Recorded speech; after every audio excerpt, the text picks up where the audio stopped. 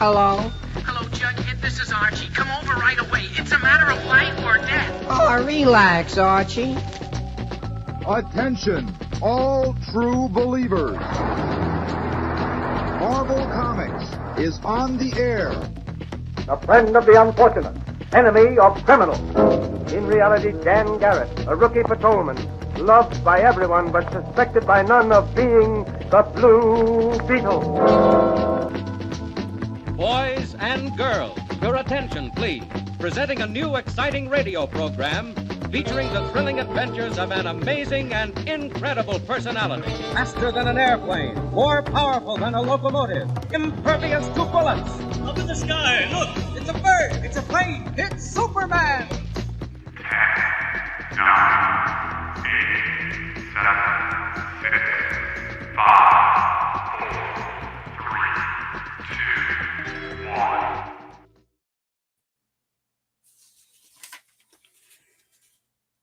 Let's see, 23, 67, 60. No. How about this one? Yeah. Well, damn it. Hey, everybody, I guess it's the Dan Wickline Show. That's right. We're going to talk today about Ant-Man and Skeleton Crew and the latest news. And I wanted that 500 million. Oh, well. We'll be right back.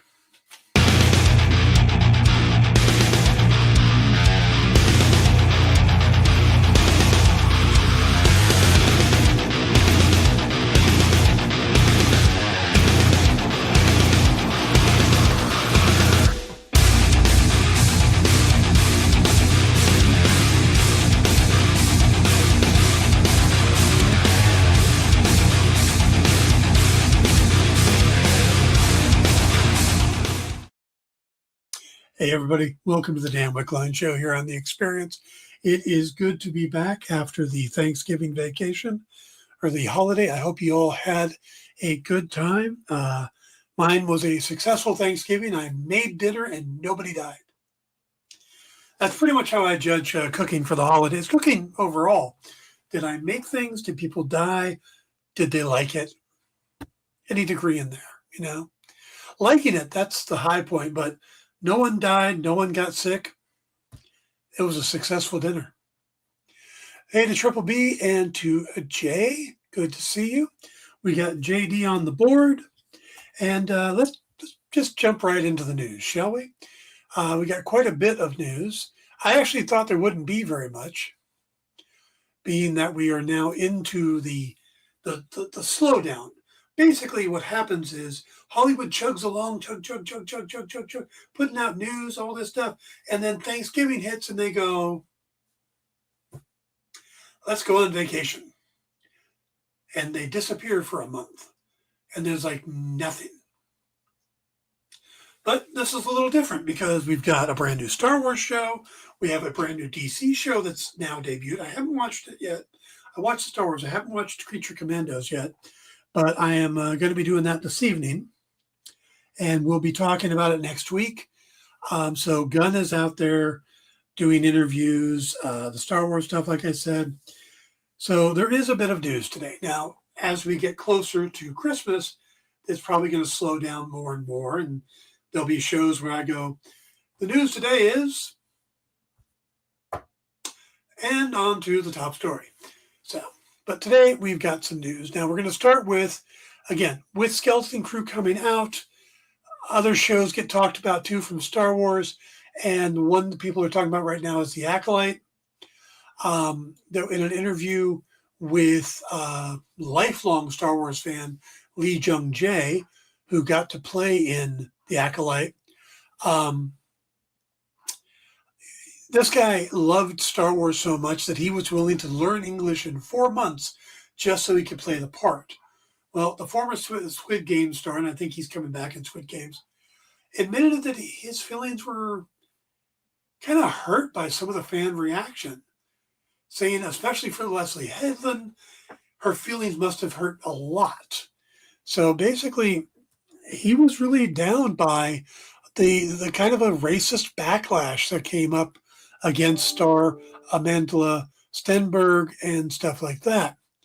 Now, which is a shame because the series was canceled back in August, which leaves a bunch of stuff that they were planning on doing just in limbo now. We were going to get more about Darth Plagueis. That's pretty much who we saw at the end of the final episode. And Darth Plagueis is one of those characters that the longtime fans know about. They've read the books and stuff. But, you know, we really haven't explored anything more than Palpatine giving the backstory to him, about him to Anakin.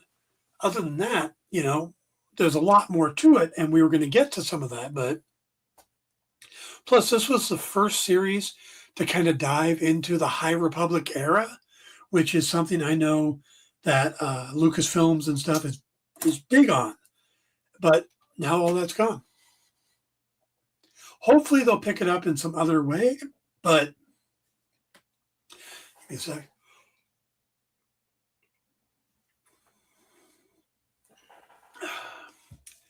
JD says, I find actors from Asia are really put off when they find out how toxic fandoms can be in America. No kidding. Hey, Ed, good to see you. Glad you could make it. All right, moving on. We have an idea now when Daredevil Born Again is going to take place in relation to the original Netflix series. But it's not an exact number because according to Wilson Bethel, who will be reprising his role as Bullseye or Buster not Buster. That's a different guy. Benjamin Poindexter. Buster Poindexter is the guy that's singing hot, hot, hot. But Benjamin Poindexter is Bullseye. Totally different.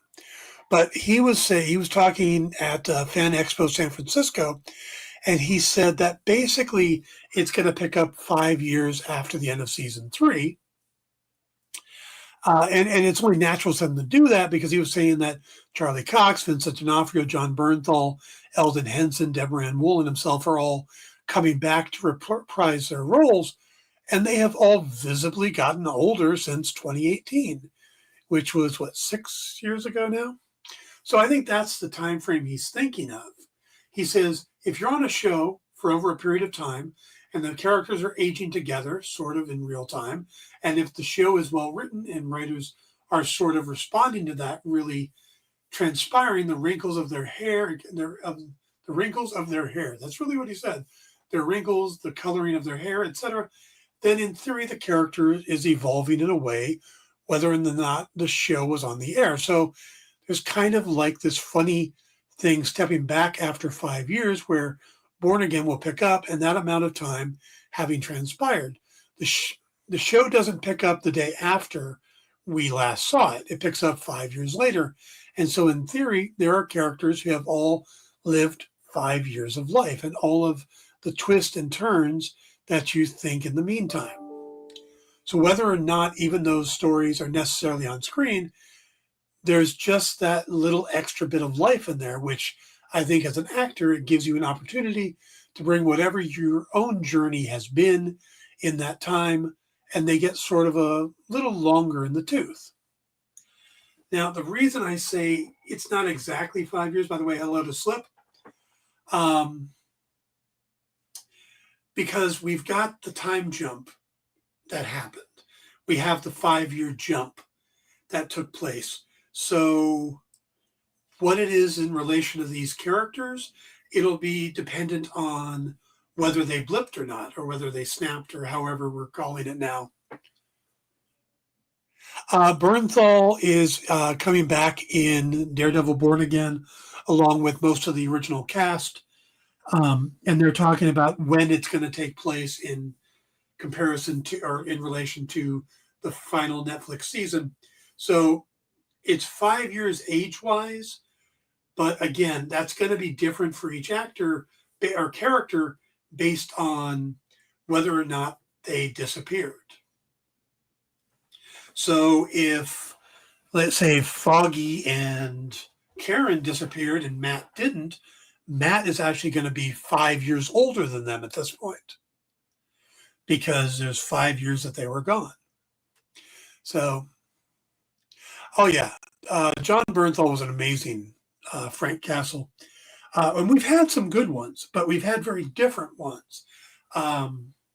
Ray Stevenson was a good Punisher, but it was also a very almost video game-like version. Then Tom Jane was a much more kind of down-to-earth type. So it really depends on your thing, but John Bernthal kind of pulled all the best of the things together and made a really good Punisher. I think Tom Jane's where I like it. He's a little too relatable, where I think there still has to be that edge to the Punisher, and Bernthal keeps that. So, let's see. Slip says, I love a Punisher movie with John. Me too. Dolph, you can only tell from the scrolls on his. Yeah. Yeah, they didn't even bother to give Dolph the T-shirt or the skull. I liked Warzone better than Jane's. Yeah, I can see that. Ray Stevenson was incredible. I agree, Slip. Warzone was a lot of fun, and it was kind of straight out of the comics type video game violence, where Tom Jane's was much more crime drama type thing, revenge story. So I think when Jane did his, it wasn't quite what, it was what the time was, where now we have John Wick and stuff like that. He could have done it more, pure revenge, where Stevenson's was probably just a little too early for that. So, have you seen the Thomas Jane Punisher's Dirty Laundry? That's a YouTube short film. I haven't. It was funny, is I actually know Tom. I met Tom at a convention just prior to, before he had just been cast, and he was walking around this wizard party with no shoes on, which was really strange. But he came up to me thinking I was Tim Bradstreet, which was funny because I later ran into Tim Bradstreet and told him, I said, hey, Tom Jane's in there looking for you, and he thought you were me and you should feel insulted. But I got to meet Tom, and I became somewhat friends with him afterwards. I've got a great oyster story that involves Tom Jane, but that's for another day. I have to check out the Dirty Laundry thing. I think I've heard about it, but I don't think I've seen it. The Dolph Lundgren Punisher was kind of fun for its time, especially with Lou Gossett Jr. in it. But again, we have to remember that these movies were made in the era they were made in. So, the Warzone movie really wouldn't have worked in the 80s. Nobody was doing that kind of movie. That would have just surprised the hell out of people. And maybe it would have caught on, but, you look at the era of the movies they're around. So, hello, Ego. All right. Let's move on. There's a video going around. This is kind of interesting. There's a video that somebody took. They were walking around the sets, and they happened upon a set of what is supposed to be from Fantastic Four First Steps. It was being taken down. I mean, it was trying to take down the set. And it was a subterranean lair that kind of confirms the Mole Man.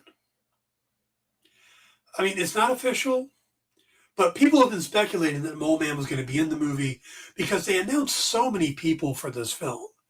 We got John Malkovich and Ralph Ineson and Julia Garner and Paul Walter Hauser on top of Pedro Pascal, Vanessa Kirby, Ebon Moss-Bachrach, and Joseph Quinn.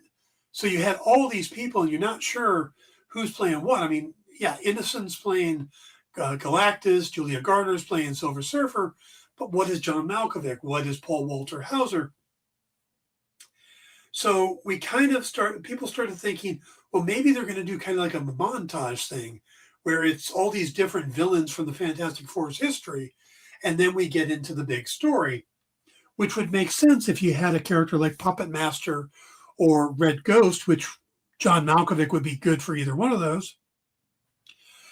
And Ralph Innocent, or not Ralph Innocent, Paul Walter Hauser, when you look at him, you go, he could totally be the Mole Man.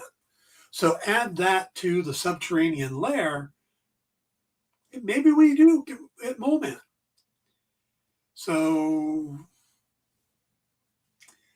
we're gonna have to see. But Fantastic Four really had some movies. It did. They have not been able to get the Fantastic Four right. I didn't hate the Ian Griffith or the Jessica Alba ones. The Miles Teller one was just god awful.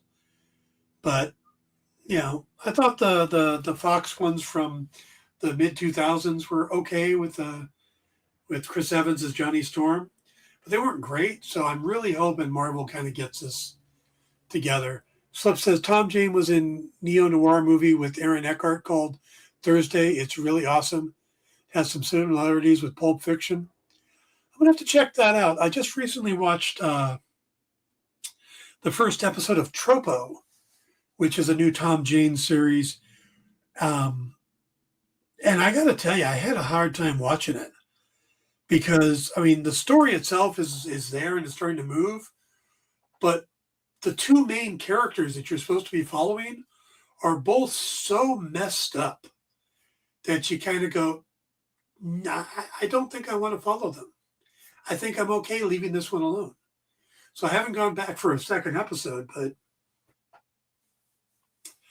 all right, let's move on. We've got HBO is still moving forward with their new Harry Potter series, and they're talking about, I don't know how to pronounce this name. It could be Papa. It's Paapa. Esidiu? Papa Esidiu? I'm going to go with that. They're talking to him about playing Severus Snape, the role that Alan Rickman played. Now, this is according to the Hollywood Reporter. Sources say that the actor has been offered the part, although it was not clear if negotiations have begun. Snape is the wickedly smart and casually cruel, I like how they put that, Hogwarts potion master who has come across as the story's primary antagonist in the show's first season, which is, if you've read the books, there's a lot more to Snape. But yeah, he does come across as the antagonist early on. And he's the potions master. But he always wanted to be the defense against the dark arts master. The role was, of course, like I said, Alan Rickman's. So far, no actor has been officially cast for the new Harry Potter series, which is aiming for a 2026 debut.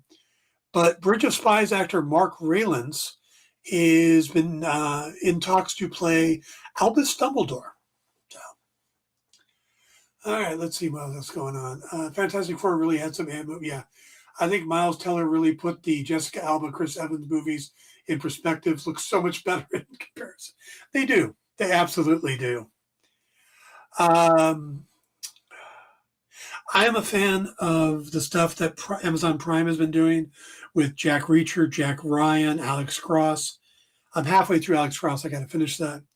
But there is talk after 4 seasons of Jack Ryan with John Krasinski about doing a movie and start doing movies with that now. And the first one in the works has Sienna Miller in talks to be part of it. The project is being described as kind of the next evolutionary step of the adventure series. And it will feature several of the actors from the show coming back, besides Krasinski. Wendell Pierce from The Wire and Michael Kelly from House of Cards are both expected to return. Both of them just had turns in DC projects. Wendell will be playing Perry White in the new Superman movie, and Michael Kelly, of course, was in The Penguin. Now, the show, of course, was based on the character from the so-called Ryan-verse created by Tom Clancy. And, of course, there's been a ton of Jack Ryan, Hunter Red October, Patriot Games, Sum of All Fears. I mean, there's just a lot of people have played Jack Ryan. Krasinski's take on it is kind of interesting because it takes him from being just an analyst to this more action involved. And it's interesting to watch his character evolve as the series progresses. And you can tell which stage of his hero arc he's in based on his facial hair. Season 1, clean shaven. Season 4, full beard, different stages along the way. For her part, Miller is playing an MI6 agent who is basically the British counterpart to Ryan. All right, did any of you watch The Continental? That was the TV series on Peacock. I know you'd have to have Peacock to watch it, but it focused around the earlier days, the 1970s, around the Continental Hotel, which is a huge part of the John Wick series. Well, and it followed Winston Scott, later played, his name's going to escape me, Ian McShane.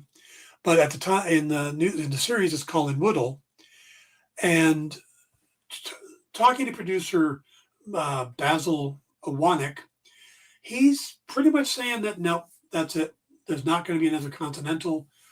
But it doesn't mean there's not going to be another John Wick series. He says, I think we're happy with season 1.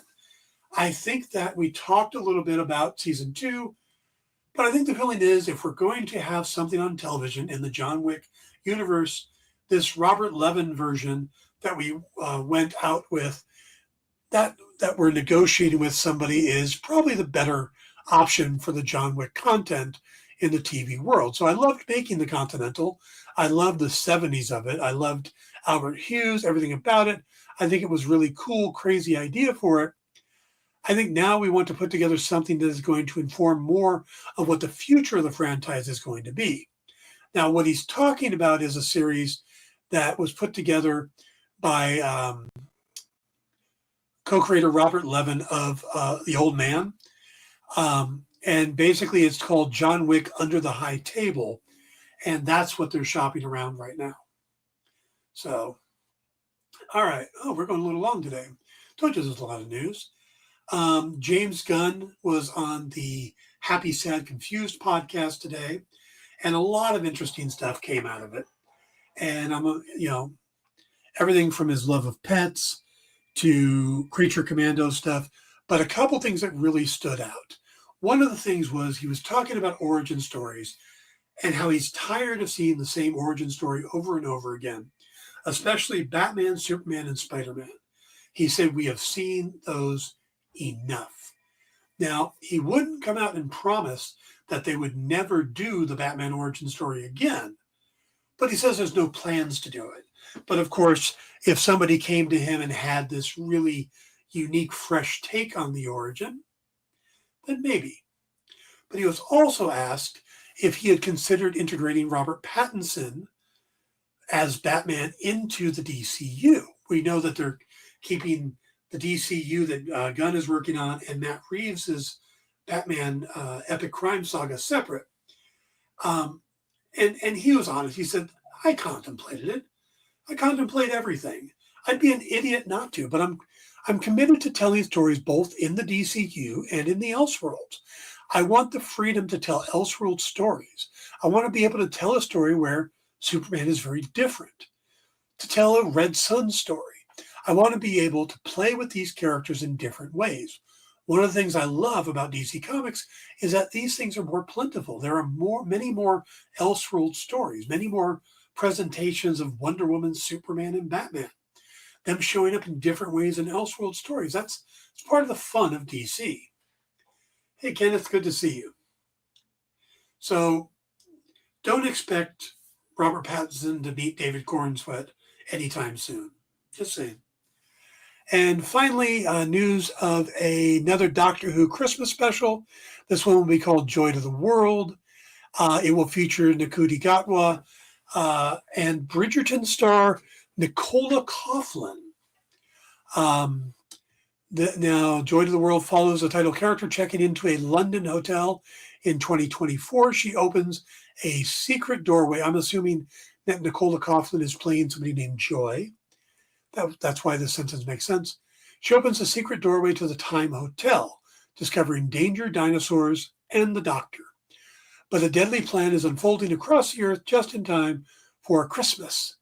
Now, Gatwood, of course, is returning as the Doctor. Coughlin, who, of course, is known for her role as Penelope Featherington in Netflix Bridgerton, has kind of been said to be appearing in Doctor Who for some time now. So it's nice to see that it finally happens. The special will also feature Steph DeWaley as Anita, Jonathan Arias as Melnick, Joel Fry as Trev, Peter Benedict as Basil, Julia Watson as Hilda, and Nema Marie Smith as Sylvia. The Smith and the as got pushed together. All right, guys, that is the news.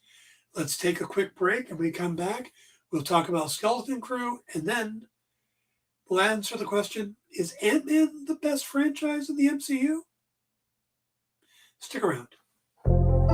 In a world where you hit like and subscribe on our YouTube channel. That'd be really great, thanks. Symphonic verses, Nocturne's romance. A song of romanticized darkness, dreaming death by sleep.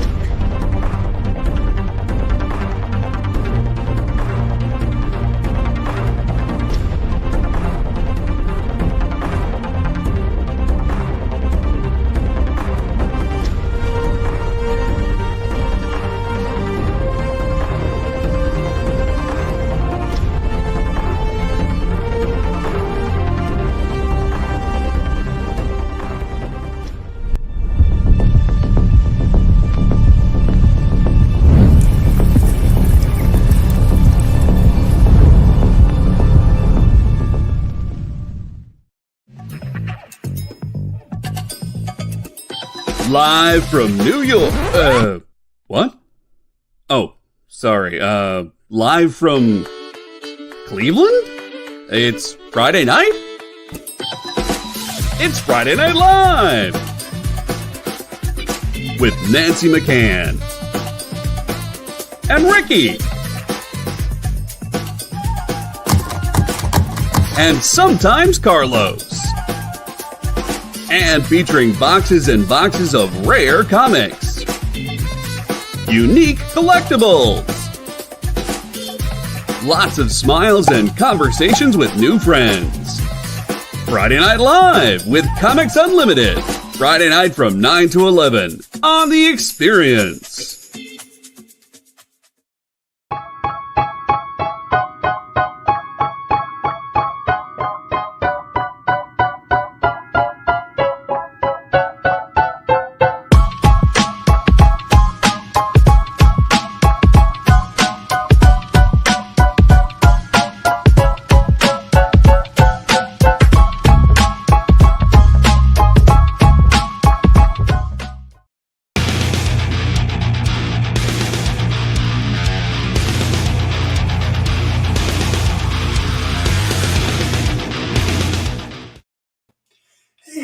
Welcome back.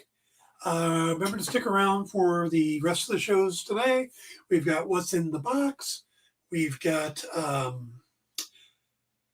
there's a new show tonight. Dunes. Yeah. It's a sales show. And of course we have SketchUp. And then early tomorrow, like noon Eastern, 1 o'clock Eastern, we have a new show that is going to basically tell you all about all the FOC books. And if you don't know what an FOC book is, FOC means Final Order Cutoff. And it's basically telling you that these are the books that are going to come out. If you want them, you need to call your retailer by Monday and tell them, I want this, I want that. So we have a show coming on that'll be specifically covering that. And then we'll have the original art show and Friday Night Lives after that. Plus on Sunday, Kyle is back with Pat, and they're doing the producers sales again. There's going to be Comic News Return of the Jeff, yes. But so there'll be a sales show on Sunday as well with Kyle and I don't know, Jay, are you on that one? I think You're part of the producers on that? Yeah. But yeah, so lots of stuff coming up. And remember, hit the like and subscribe buttons, please. And do me a favor, when the show's done, come back and post something in the comments on Netflix, or not Netflix, on YouTube. I mean, come back and tell me, what's a good trivia question? What? If you're watching Skeleton Crew, I want you to come back, not now, come back into the chat, and I'm going to kind of take a poll. Tell me, do you think Jude Law's character is a Jedi? It's not official one way or the other. We don't know. So come back for that. All right. So let's talk real quick about Skeleton Crew. And I got to tell you, I was not sure what I was going to get with Skeleton Crew. I know that John Watts seems to be a child that grew up at the same time I did. I know that sounds kind of a weird way to put it, but he is big into the coming of age movies. What's the director's name?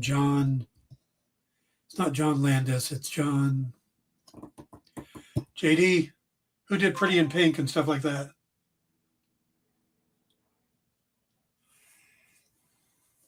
Anyway, that type of film, and that's what he did with Spider-Man. Well, here, he's kind of doing it differently. He's doing the Goonies. John Hughes, thank you guys. Thank you. He's doing the Goonies. He's doing the Explorers, those type of movies, those action movies with kids. And that's what Skeleton Crew is. And I got to tell you that, unlike a lot of people in my age group, those weren't my favorite type of movies. I wasn't a big fan of E.T., Goonies, stuff like that.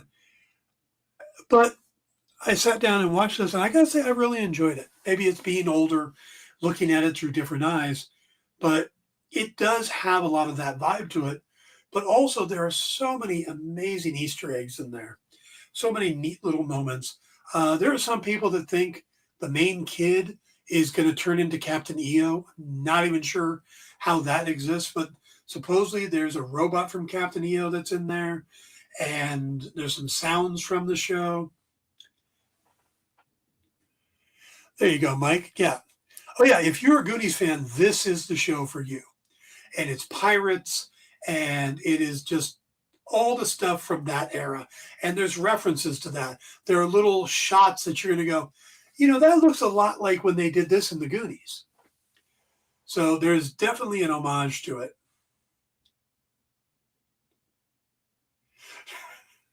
This is your Jim moment. I didn't dislike the Goonies. It's not one of those. Jim actively dislikes Princess Bride. That's a whole nother level. Just saying. So, anyway, so there's a lot of neat stuff, but there's some that I caught immediately too, which they introduced the robot SM-33. And I looked at that, and we watch everything with the closed caption on because we're old. And with the closed caption on, I saw that written out SM-33, and I went, "Oh, it's Smee. It's Captain Hook's first mate. It's Smee. That's what they did. SM-33 is Smee." And I thought that was awesome. There's a lot of great stuff in it. It was fun. I really enjoyed the episode. And the funny thing is, I was watching with Lisa, who, like I said, lives with me now, so we watch a lot more things together. And she turned to me, she says, "Is this supposed to be family friendly?" I said, "Yeah." She goes, "Yeah, because there's a lot of kids stuff, or a lot of kids in this." I said, "You realize that Star Wars is all supposed to be family friendly, right?" You know, the Ewoks weren't there just to torture adults. They were there because they were selling toys and stuff like that. It's supposed to be. Who the heck doesn't love Goonies, you sick? I didn't know. Like I said, maybe I need to give Goonies another watch. That's probably the problem. So, anyway, the thing that like I said, I really liked the show. But there are those moments that take me out of the episode. And I like Star Wars when I don't know the actors. Either tell me up front it's going to be Jude Law, which they did, and I'm fine. Or hire people that I've never seen before or that I rarely see. In The Mandalorian Season 3, when they walk into that one episode that had Lizzo, Jack Black, and Christopher Lloyd, it kind of took me out of the episode.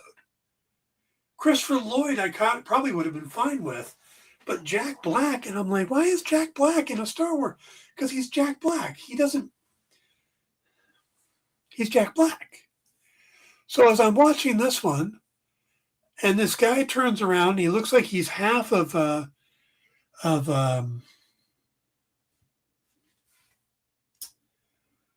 had his name up to the guy that walked around Cloud City with the head thing on that worked for Lando. He's half that guy, and then he's got one eye thing over. Lobot. Yeah, he's half Lobot. And I looked at him, I went, that's Urkel. Why is Urkel in Star Wars? And I realized he's Jaleel White.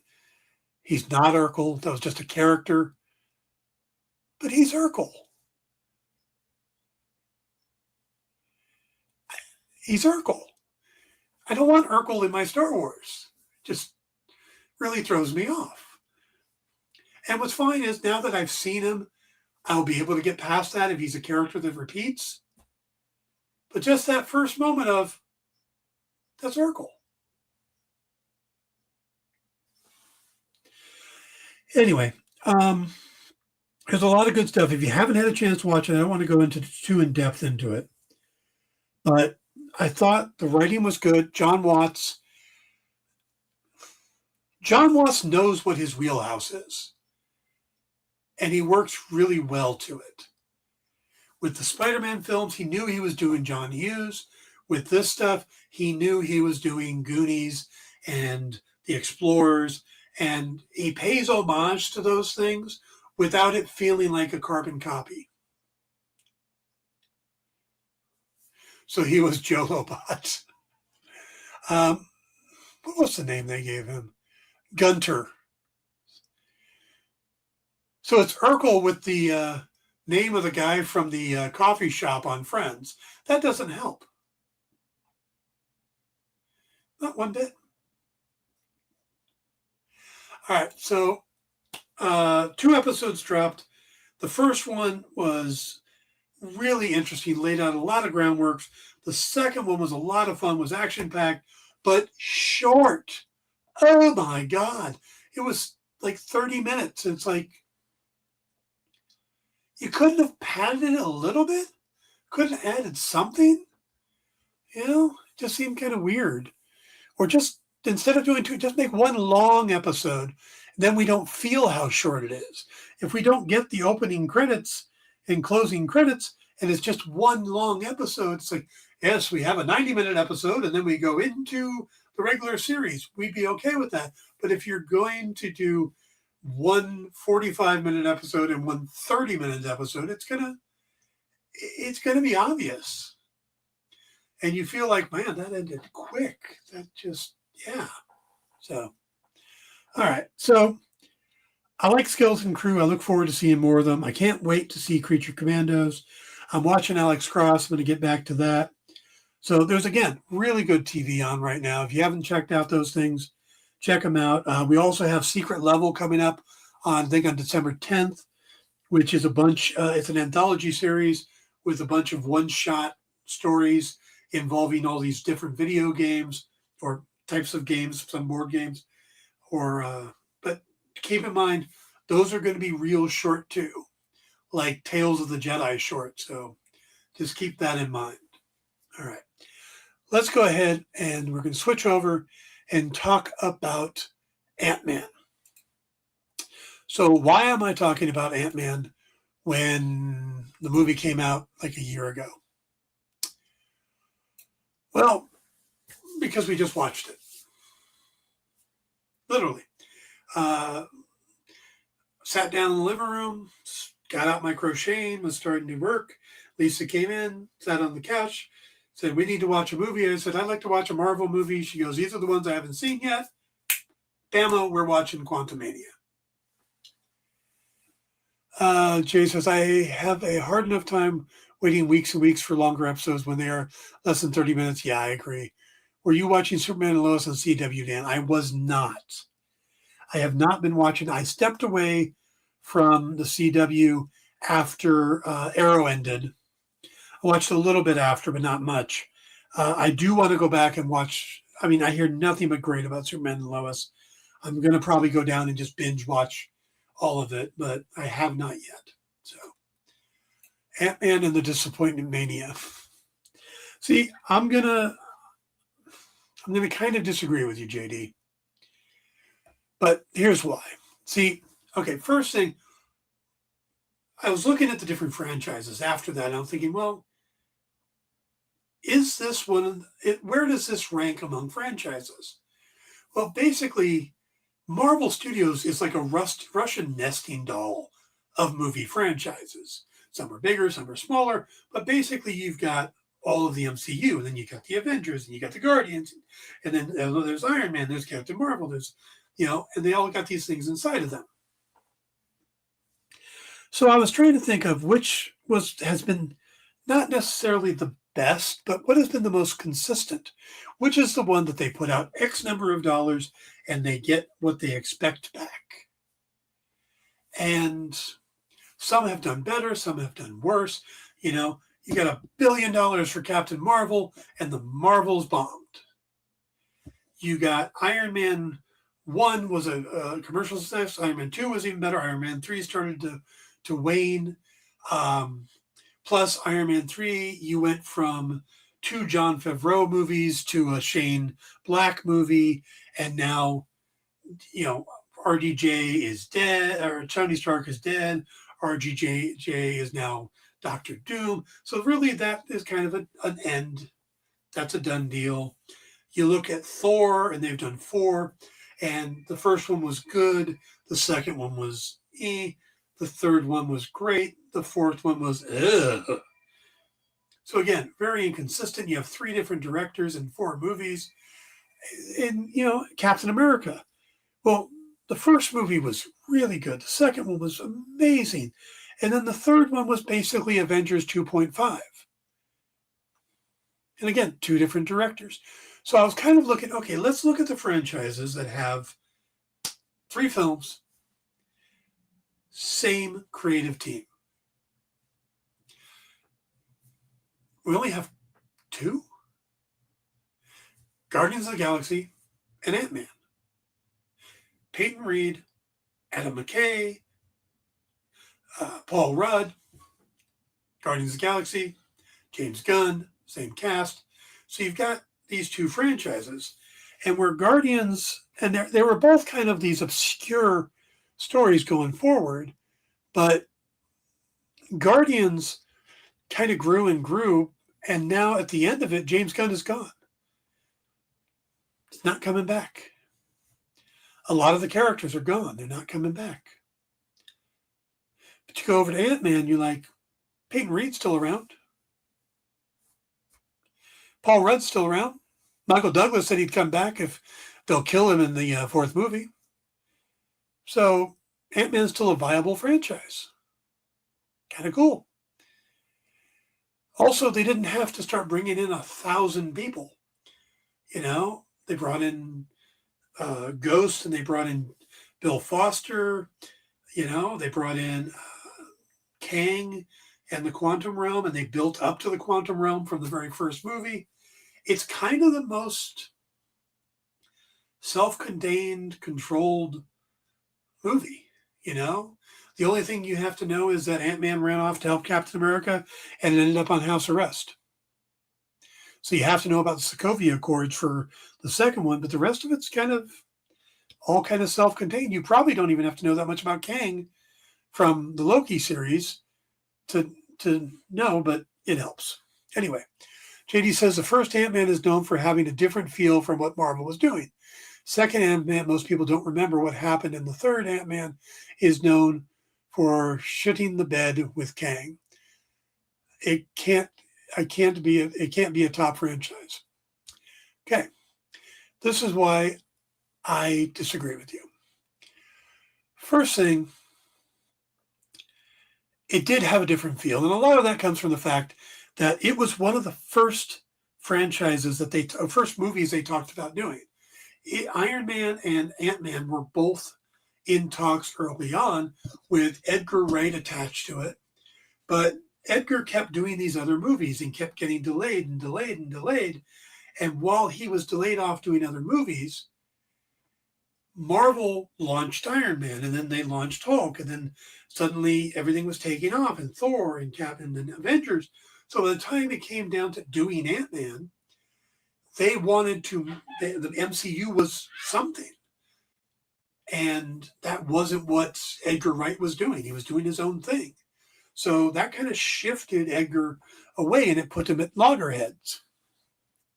So Edgar left, though some of what he left, some of the stuff he was there is still there. And Paul Rudd came in, Adam McKay came in, Peyton Reed came in, and they built this movie. And the cast, Paul Rudd, Michael Douglas, Corey Stoll, Evangeline Lilly, Michael Pena. This really clicked. The first movie was small. It was a heist movie, and it really worked. The second movie expanded on that. But, you still had the felons, you still had, or the ex-cons, you still had all the components, but you had to pay off the fact that Janet Van Dyne was missing, and they bring in Michelle Pfeiffer to play her, and they bring in Sonny Birch and Ava Starr and Bill Foster, like I said. So they start growing the franchise, but again, they're not suddenly bringing in the Hulk, or they're not bringing in Captain America. They're kind of keeping it within the Ant-Man universe, which is cool. I haven't seen Winter Soldier yet, but I always hear really high praise. Winter Soldier is a great movie, especially if you like old Robert Redford spy thrillers or political thrillers. So now I'm going to talk about Quantumania.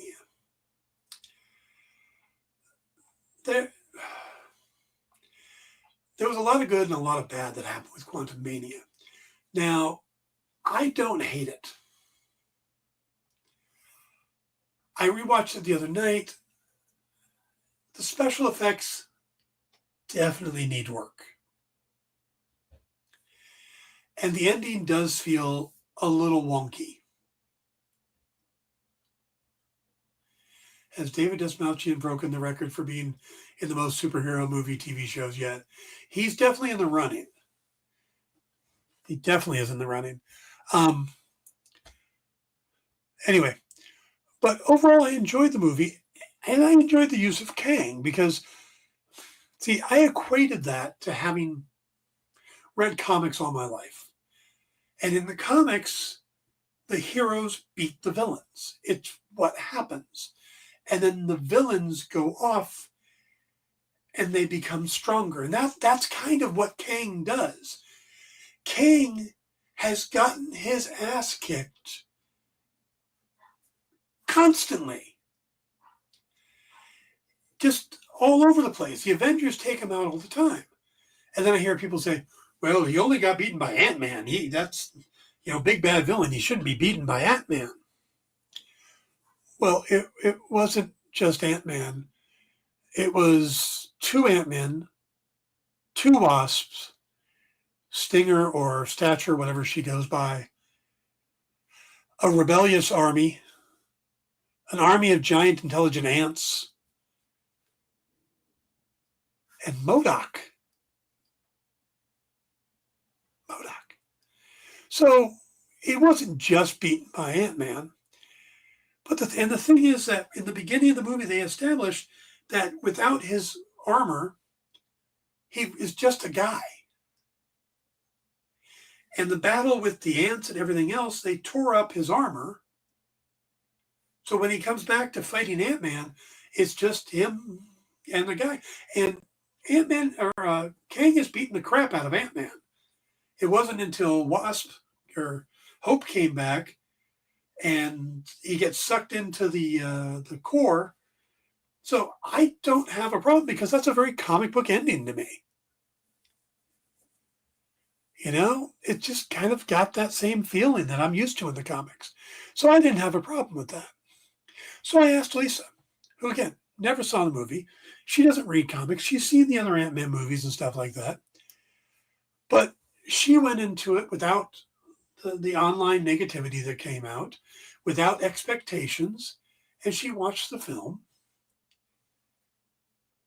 But she had seen the Loki series, I will give that, but she really liked it. She got the humor, she enjoyed the action, she even laughed out loud at the whole MODOK, I'm not a dick line, which I thought was actually pretty good.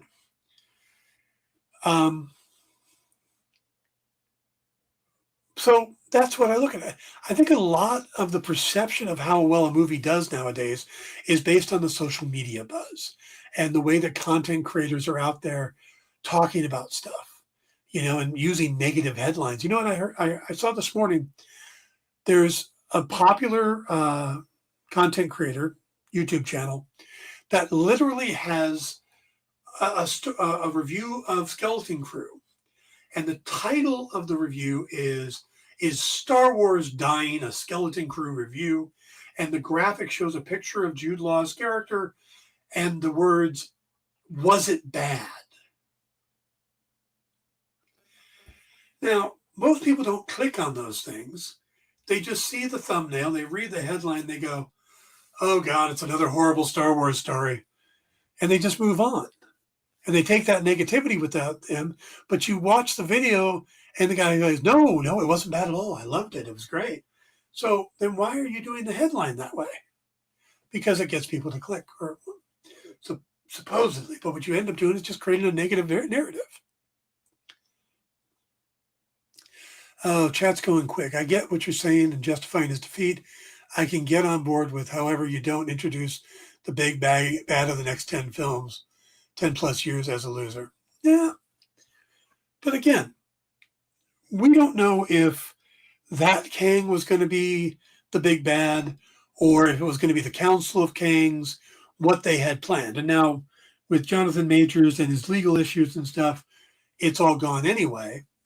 So if that's the only thing is that you didn't, you know, what if it was that Kang ended up having to work with the Avengers to take out the Council of Kangs? That kind of makes sense. Anyway, so let's look at this differently. Let's break down these movies financially, because I always love numbers. The first Ant-Man movie, 2015, opened for $57 million. It did $180 million domestically and $519 million worldwide. That is as respectable as you can get for a film that was kind of a joke. I mean, nobody knew Ant-Man, and those who did went, Ant-Man, really? I mean, because he's no Captain America or Iron Man, and even they were considered B-list, C-list characters. In 2018, you had the popularity of the film that, you know, did well. You had him showing up in Winter Soldier, in Civil War, so you got a little more popular.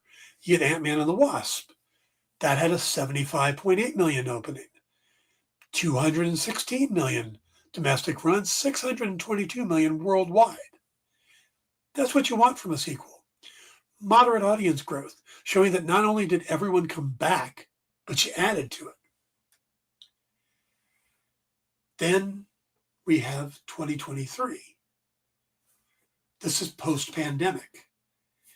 Ant-Man and the Wasp: Quantumania had a franchise best opening of $106 million. It almost matched the previous film's domestic run, $214 million. So it was $2 million off of the previous film. but its overall worldwide take was 476 million. So that's quite a bit of a drop. You know, I mean, that's what, about 150 million. Well, things changed during the pandemic. When you look at numbers like this, people aren't going to the theaters as much as they were.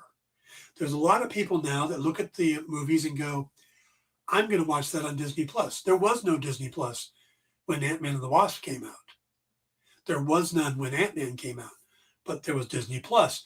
Marvel debuted a movie on Disney Plus, Black Widow. Everything had changed. So you've got a smaller amount of people going to the movies. But that's not where you leave it. Then you have to look at overseas. The domestic numbers, like I said, were within 2 million. Shrinking audiences kind of, and growing ticket prices is kind of a wash. It makes sense.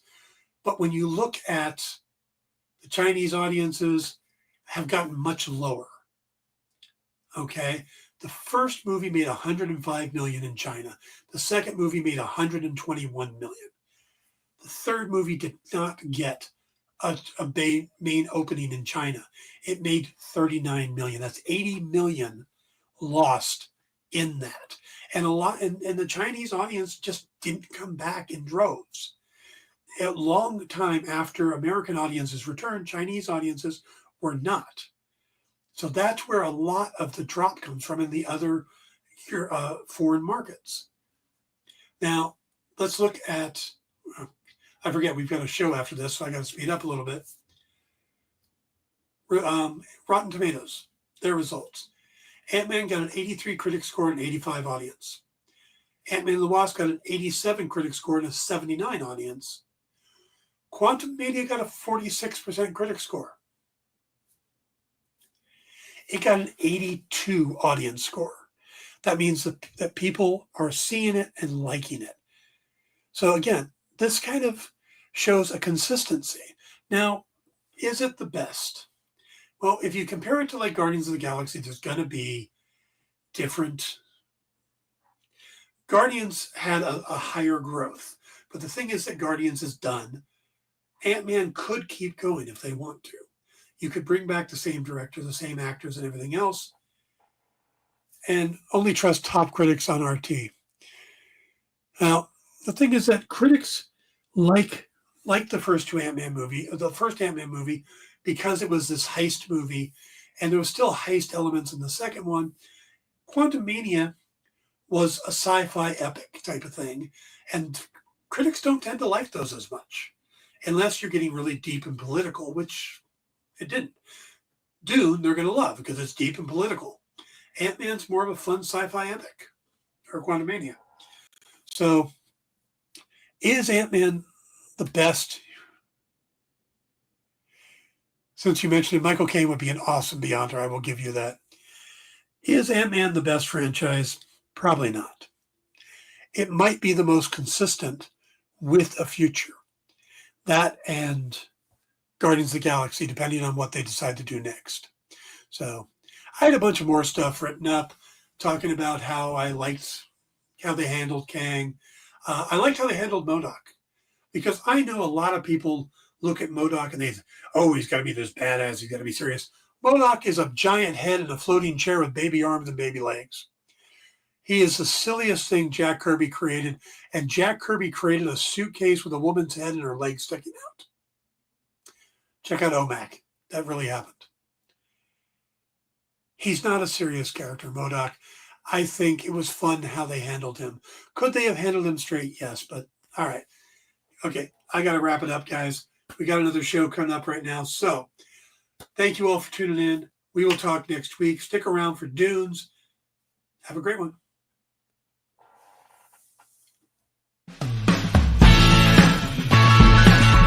Join the party. Head over to our Linktree to find all the links for everywhere the experience is all the time.